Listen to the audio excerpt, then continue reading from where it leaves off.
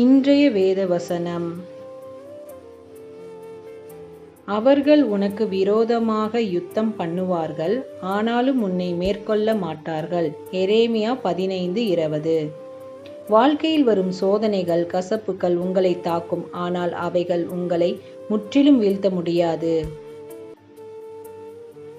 தேவன் சொல்வது, உங்கள் எதிரிகள் திட்டமிட்டாலும் நான் உங்களுடன் இருப்பதால் அவர்கள் வெற்றி பெற முடியாது.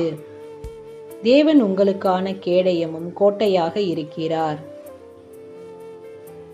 அவர் உங்களை மேற்கொள்ளாமல் பாதுகாக்கிறார், உங்களை உயர்த்துகிறவராக இருக்கிறார்.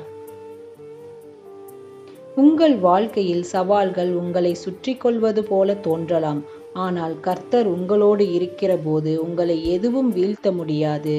நீங்கள் வெற்றி பெறுவீர்கள். இயேசு கிறிஸ்துவின் இனிதான நாமத்தினாலே. ஆமேன்.